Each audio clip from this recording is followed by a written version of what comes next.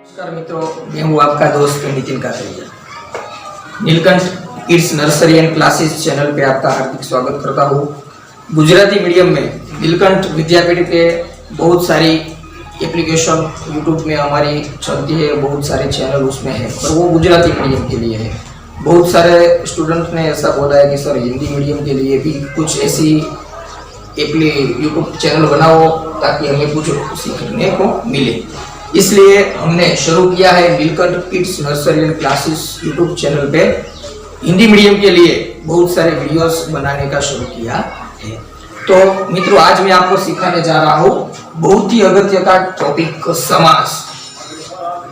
Gujarati grammar में board की exam हो या तो कोई कंपटीशन एग्जाम हो, उसमें 2 से 3 मार्क्स का एग्जामिनेशन आता है, 2 से 3 मार्क्स का एग्जाम में आता है।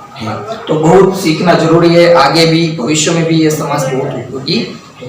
तो मैं आज आपको सिखाऊंगा समास। समास किसको कहते हैं? तो समास का अर्थ होता है सम और आस। समास की संधि आप अलग करोगे तो उसका बनेगा सम और आस। सम यानी सरखू और आस यानी गोठवणी, एक प्रकार की समान गोठवणी करेंगे आप। समास यानी इकट्ठा करना। अगर आपके घर ही कोई मेहमान आए और आपकी मम्मी बोले आपको कि बेटा चम्मच ला, बेटा थाली ला, उससे अच्छा है कि एक साथ ही बोल दे कि बेटा थाली चम्मच ला। तो एक साथ जो इकट्ठा करने की जो गोठवणी है उसको हम समास कहते हैं। समास का सामान्य अर्थ हम देखेंगे तो क्या होता है? स्वतंत्र रीते वपराता બે કે તેથી વધુ પદો એકબીજા સાથે જોડાય અને એક નવો અર્થપૂર્ણ અર્થ બનાવે એને समास कहे छे। यानी 2 से अधिक पद एक दूसरे के साथ जुड़ के कोई एक नया अर्थ बनाते हैं, उसको हम समास कहते हैं। तो कई सारे ऐसे समास है मित्रों कि हमको ये सामान्य बेसिक नॉलेज पर से पता चल जाता है कि ये समास कौन सा है।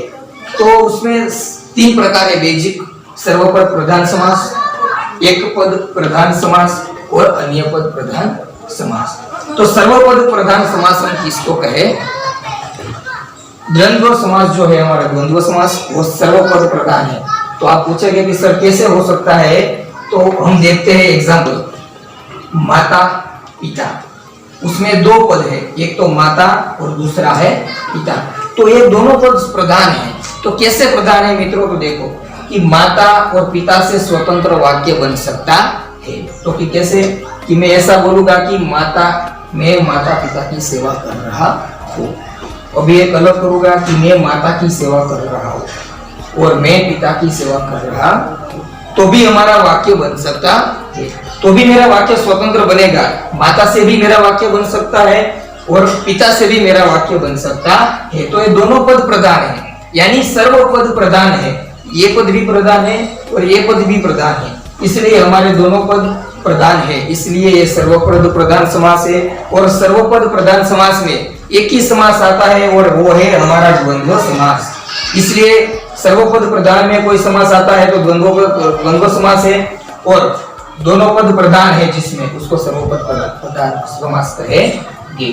माता और पिता, फिर एक बार, मैं माता पिता की सेवा कर रहा हूँ और मैं माता की सेवा कर रहा हूँ और मैं पिता की सेवा कर रहा हूँ। तो इस दोनों पद के अलग अलग वाक्य प्रधान है, स्वतंत्र है। दोनों पर से आप कोई भी वाक्य बना सकते हैं। इसलिए ये हमारे सर्वपद प्रधान समास है। और सर्वपद प्रधान समास में एक ही समास आता है, वो है हमारा द्वंद्व समास। दूसरा है एक पद प्रधान समास। सर्वपद यानी दोनों पद प्रधान है और एक पद प्रधान यानी दोनों में से कोई एक पद ही प्रधान होगा हमारा, तो उसको हम एक पद प्रधान समास कहेंगे। तो सर्वपद में तो एक ही समास है, लेकिन एक पद प्रधान समास में 3 से 4 समास है। तो ये समझना थोड़ा मुश्किल है, तो ध्यान रखिए मित्रों। उसमें समास आएंगे तत्पुरुष समास, कर्मधारय समास, मध्यम पद लोभी समास, उपपद समास। ये चारों समास हमारे एक पद प्रधान। तो कि सर कैसे एक पद प्रधान यानी? तो एग्जांपल देखो मित्रों कि यहाँ है धर्मध्वजा कि शिव जी के मंदिर पर धर्मध्वजा है। तो ये वाक्य हमारा बना धर्मध्वजा के जुड़ा हुआ। अब उसमें 2 पद है, एक तो धर्म है और दूसरा ध्वजा है। एक तो धर्म है और दूसरा ध्वजा है, तो शिव जी के मंदिर पर धर्म है, इसका वाक्य बनेगा क्या? शिव जी के मंदिर पर ध्वजा है, ये वाक्य बनेगा। यानी एक पद ही प्रधान हुआ ना, दोनों में से कोई एक पद ही प्रधान हुआ, इसलिए हम उसको एक पद प्रधान समास कहे। देखो मित्रों, फिर एक बार एग्जांपल देखते हैं। धर्म ध्वजा, धर्म ध्वजा शिव जी के मंदिर पर धर्म ध्वजा है।